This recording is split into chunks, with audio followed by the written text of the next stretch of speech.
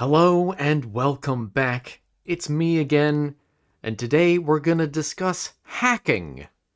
Some basic techniques, how they work, and why they work, and how to stop them, or mitigate them. Maybe you can't, perfectly stop them, which is kinda scary, but mitigating them can do a pretty good job. Anyway, don't mean to cause fear or anything. This is meant to be educational, so don't you dare feel afraid, or I will do nothing. I will do nothing. Don't worry about it. Anyway, we are continuing with Greedier Mode and playing Samsung Galaxy S3 today.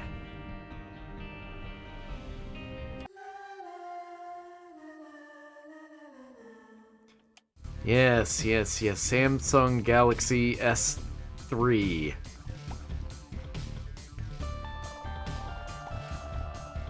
Only 5 more characters. Interesting. Let me use that. Hope for a crawl space. It is not. Only 5 more characters with which to play. Very nice. Greedier Mode with. And Samson is one of them. Ooh, yes, please. Ooh, yes, please. That heart can go away. I'll take this first, and then if I hopefully swallow it, then Sigil of Baphomet. I almost wish I took the item first, that way I would have had 2 more chances to, swallow the trinket first by entering the cursed room, but, whatever. It is what it do be. Brainworm right off the bat is so nice, though. Anyway, yes, today, in kind of, continuing on with discussions about cybersecurity and random number generators and some other computer science stuff that I find interesting. Today we're gonna talk about hacking. Don't try this at home, children. Ow. Why didn't I swallow?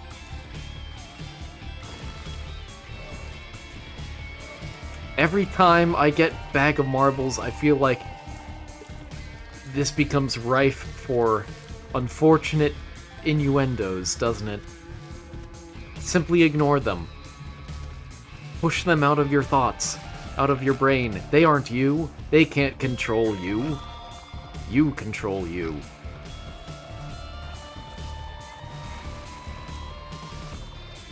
Anyway, I do have quite the list today. And I guess before I start the list proper, let me of course say it is a rather important concept in cybersecurity to be aware of, hold on, thinking. I guess we'll take this, I don't know. Sure. That technically helps. Can I actually use the brainworm with diagonal tears? I guess I should be able to, right? Yeah, okay, good. Anyway, of course, everything I talked about, the past 2 episodes or so matters. And, generally, you could consider phishing to be a form of hacking and social engineering and whatever. It all technically counts as hacking, and the best way to mitigate that is to, be educated, be aware of what people are using, how it works, and why it works. Phishing and spear phishing even, which is a more personal, targeted phishing attempt. Stuff like that. I want it. I want that too! I also need a bomb. Soon. I got a penny! Yay!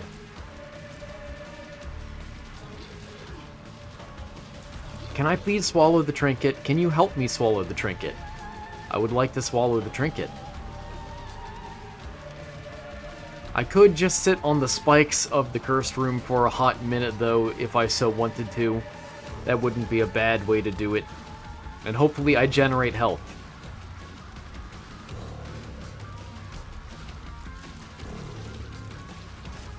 Very unfortunate that I'm not going to be able to get you, but whatever. Nice. Instantaneous. Love to see that. Sigil Baphomet, absolutely. Why on earth is someone messaging me? Oh. Never mind. I know why someone is messaging me. At an unusual hour of the night. And anything else? No, we go.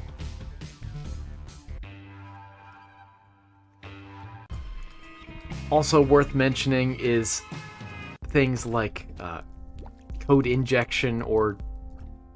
Hold on, I have this list a little further up. Cross-site scripting, code injection. Oh, very nice.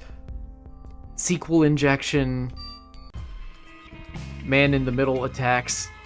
Maybe I haven't mentioned all of those explicitly in the previous episode, but basically just... Very nice. Basically just any sort of attack that involves, again, either code and... Oh, I don't want it. I do not want it. I do want that. I mean, okay, those don't actually have that much in common with each other. Sorry for any confusion, but... Again, just, like, stay educated, basically. That's my point. And I feel like code injection is like the first thing people had to learn about hacking, but I'm not even sure if it's on this list, actually. But we'll see, Because I skim through these in advance. I don't, maybe I should do a little more in-depth reading, but I've grown lazy in my desire to build up quite the backlog of episodes recently. Which I do gladly say that my current backlog of episodes is doing quite well. And that's another trinket swallowed. Anyway, for the actual list. First thing, is buffer overflow. Whoa. Buffer overflow. An attacker writes more data to a buffer, such as an array. An array is a type of buffer. Then it can actually hold, overwriting any adjacent memory, potentially altering control flow, that is the return address. So under the hood, when a program has an array, it'll read through, maybe go loop through it all, go to the end of the array, and then it'll expect something that returns it back to the previous memory address it was at before. I said that a little redundantly, but don't worry. I don't really need damage with this build. Like raw damage. I want a bomb, but that's unfortunately not happening. Let's see. 3, right? It's been a minute since I've counted. The number that comes after 3 is 4, right? Anyway, let's see. Dark, Womb, Shield. Yeah, that should be enough. I'm great at counting. I do it all the time, sometimes. So, the reason why this works, it may seem strange or unusual or whatever, but keep in mind that C and C++ don't often have automatic bounds checking for their arrays. You are completely able to accidentally overwrite adjacent memory in those programming languages. Perhaps with some programming packages, you might be more lucky and there might be something in place to help with that, but generally those languages are more unprotected in that sense. As specific countermeasures for this, there we are. I was hoping to get the little guy gone dead. You could, of course, use languages that are more memory safe. Let's check. Oh. Man, no bombs at all, really. Fine. Although I can still get some of these, but what I really want is like damage and range, and that's not really an option, is it? Hey, Bombino. Hit the wall already.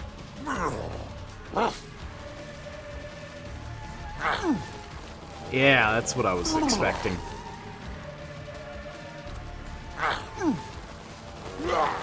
Yay! Give me something good. Book of Virtues is interesting. This is better.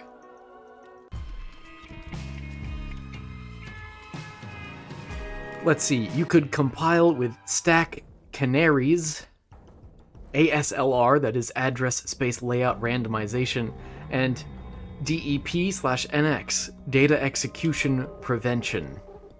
Those are some of the countermeasures. Interesting, I could use that. Not a bad choice. I do like the speed here. And I would have use for the magnet, I guess. I'm just buying stuff because it's half off. You know? Okay. That's fine. Great. Bomb! Yay! Multi-bomb! Whoa! Okay. That's neat. I'm not sure what I'm gonna do with that, but thank you. Why aren't I producing red hearts? Oh well. Look, I just wanted an edge on this fight, that's all.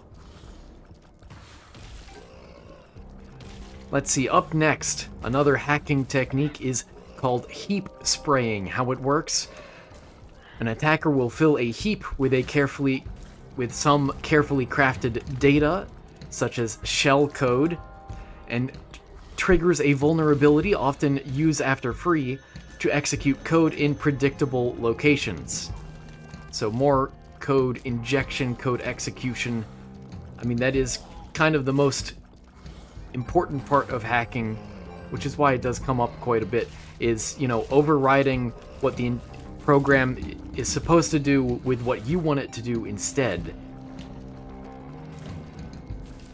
Rather important for a lot, but not all hacking, to be able to get what you want out of someone else's system.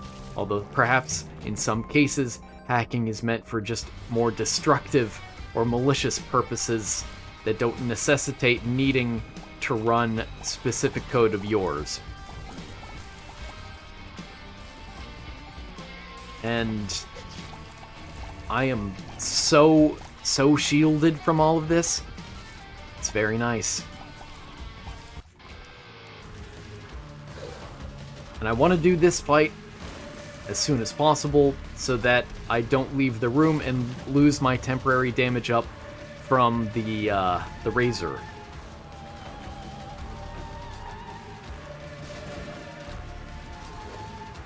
Nice.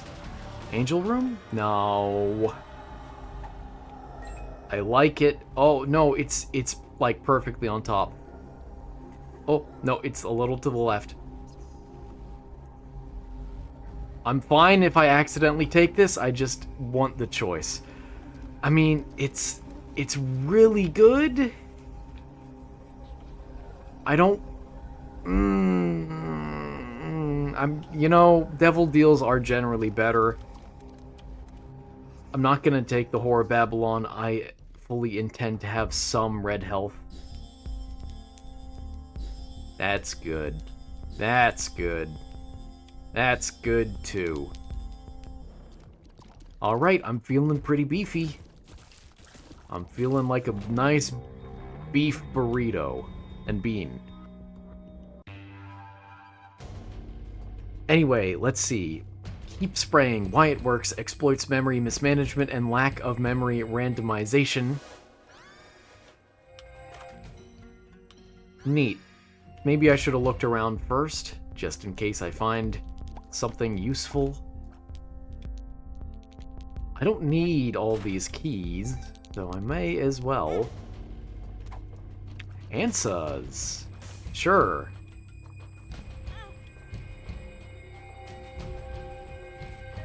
How ironic that it was in the bomb room. Oh. Yeah, okay. I will give you my heart.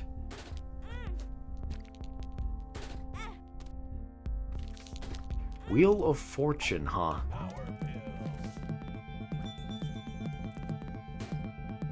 Potato peeler. Sure, why not? I like Meat Boy as much as the next person does. I was gonna take that in a weird direction, and then I stopped myself. It's like I have free will or something. Crazy. Anyway, I am low on health now, though. That is health.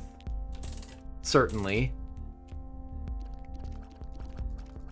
I'll save up for that, I suppose. Let's see, and with 11 bombs, I may as well also take this. Yay! I'm so much richer now. I guess it doesn't spawn red hearts for me like that. Curious. Curious. Anyway, let's see. Ways to prevent heap spraying include using modern allocators with randomization, such as GemAlloc and MimAlloc. If you know anything about computer science, perhaps you have heard about those types of memory allocation before, or at least familiar with similar, more basic ones, such as malloc and calloc. Don't worry too much if you aren't a computer science person. Maybe this episode in particular just isn't really for you. Unless you want to learn anyway, which I would encourage. I would encourage. I also stone encourage, and metal encourage. It's a joke on wood. Get it? Anyway. You could apply heap integrity checks and runtime hardening, such as control flow guard. And lastly, you can address vulnerabilities with fuzzing and static analysis. I don't know what those two terms mean. Well, I can guess what static analysis is, I think. I'm not sure about fuzzing, though. It sounds kind of weird, to be honest. What are these computer science people even doing? Is it even a real field? No one truly knows. And I'm gonna have no health to trade in if I'm not careful here. I'm gonna have no health to trade in.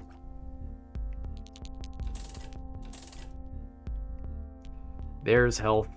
Let's see, I beat the boss. Yeah. Good, good. Just enough for one more. One more health up. Trust me, Meat Boy was probably maybe worth it. Maybe. Nice, nice. This should be not too bad of a fight now, if I do say so myself. Ooh, that was close. That was very close. Can I get, like, a heart or something? No? Okay. Next up is Runtime-Oriented Programming, or ROP. Yay, health. Interesting, I'm not against it. Ooh, compound fracture.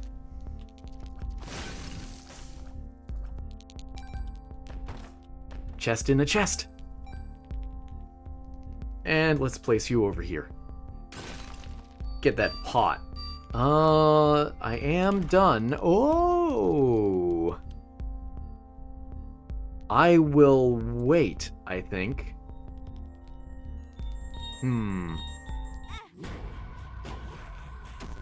Oh. Yay. Yay!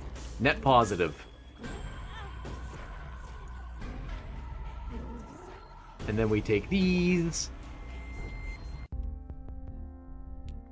And then we take you. That should be fire rate. Yeah. Yes. And I have no use for you, so you will serve me in your death. And I have enough bombs. Why not? And I don't need to wait now. Yay! Now I just need health again. There is nothing new under the sun. Oh! Ooh, very nice.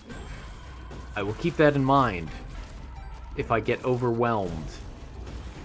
Of course, the sun is better on an individual basis, but whatever. Oh, those guys are so nice and pleasant. I'm so happy they added them to the game. It's just free money as long as they don't die over a void. Then it's free money if I can fly. Anyway, sorry, I said runtime-oriented programming, didn't I? That's a mistake. It's return-oriented programming. I can't read, apparently. I can't read and play games, apparently. Which, is a little concerning for the sake of this series. Ah, of course. Hey, there we are. Oh. Gross.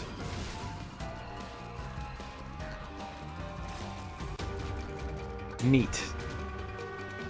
We'll go down here to check. And cool. Coolio. I will use hacking on whatever the next wave is. Yay! More damage. I could take BFF. I'll take BFFs. Why not? Why not? Why shouldn't I? That's pretty good. I thought I pressed that. I killed that spider mid-flight. I'm so proud of myself. There's a heart. I don't need Guppy. Sorry. And yeah, we're good. We go. Return-oriented programming. How it works, reuses legitimate code snippets called gadgets, ending in RET, that is return, to chain arbitrary logic bypassing non-executable memory protections. What a mouthful of a sentence. I want to keep my black heart. Just between me and me. That's nice, thank you. Maybe I'll make use of it, who knows. Ooh, pretty flies the white pill. I'll try and keep that in mind for this floor only.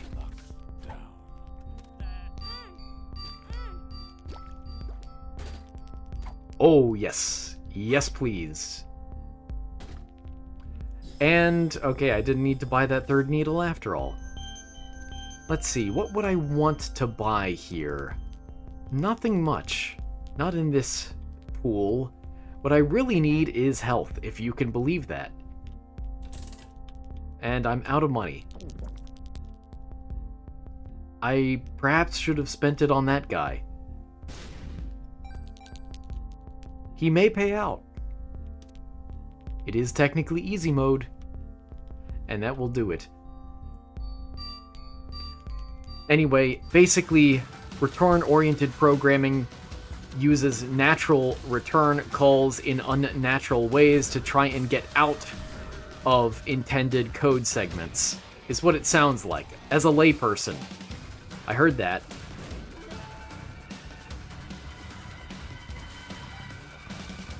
If you out there are not a lay person, and also aren't French, then let me know if I was right. Let's see, so code reuse and memory plus lack of fine-grained control over flow integrity is ultimately what causes this. apparently, or allows it, rather. What causes it are people. Shocking, I know. And some countermeasures include implement control flow integrity, that is CFI, and I didn't get... Oh, that's a new sound effect. Neat. I didn't get health. That's nice, thank you. More options, when there are no more options. Actually, this is cheap, let's just farm it. Yeah, there we are. Another one. Impressive. Uh-oh. Nice. Get him, meat boy. Ooh. Nice. Nice. Oh, that's good. That's good. I'll buy a little more. Yay. Now I'm feeling pretty decent. Feeling pretty decent for ultra greedier now. Yay! But Incubus! It's so powerful. Yes. Like, I can't pass that up. That is way too good. I might find, or try to find, the secret room first. I have just enough bombs to do so. If I can line it up. Well, actually not really, unless it's to the left of the cursed room, and then I'm in trouble. Nice. That worked out pretty well. But it's not the money that I needed. Unfortunate. Oh well. Let's see. Another countermeasure for return-oriented programming is enabling shadow stack in CET, that is Control Flow Enforcement Technology, on Intel CPUs. I guess this is now an ad for Intel or something, I don't know. And yeah, I have a bomb. I'll do it on you. I chose correctly.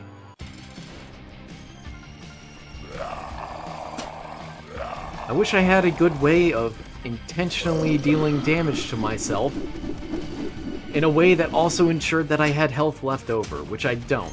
I know I have the razor. Oh, that's neat. It's better for me to just wait. It truly is. Let's see. Oh, I heard that, money. The final thing is avoid predictable code patterns and enable full ASLR. I don't know what ASLR is. That really lit up the room, didn't it? Neat. Next up are race conditions. That is TOCTO, time of check to time of use. How it works, you exploit timing gaps between a security check and its use. For example, checking file permissions, then writing to a file. It works because multi-threading and system calls aren't atomic unless explicitly handled. I used to remember what atomic meant, very briefly. I don't anymore. I'm sorry. I apologize. Hey. Jerk. Taste my meat, boy. He is my friend. Oh. Where? Oh, okay. Whoa. Ow. Ah, I finally dropped a heart. And with that, he is dead. Stem cell. Oh, neat.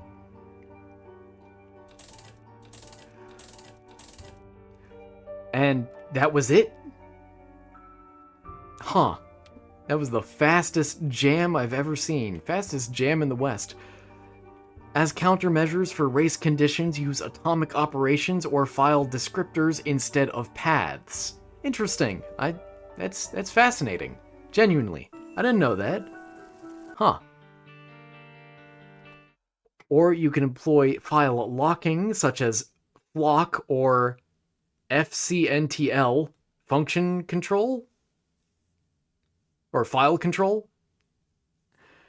Or you can design concurrent systems with race safety in mind. This is in reference to race conditions, not anything else. Anyway, that will do it for today. That's about half of them. I have half more tomorrow as we play Azazel. So look forward to that. Or don't. I don't know. Do what you will. But thank you so much for watching. I hope you enjoyed. I hope you learned something, and I hope to see you again tomorrow. Take care.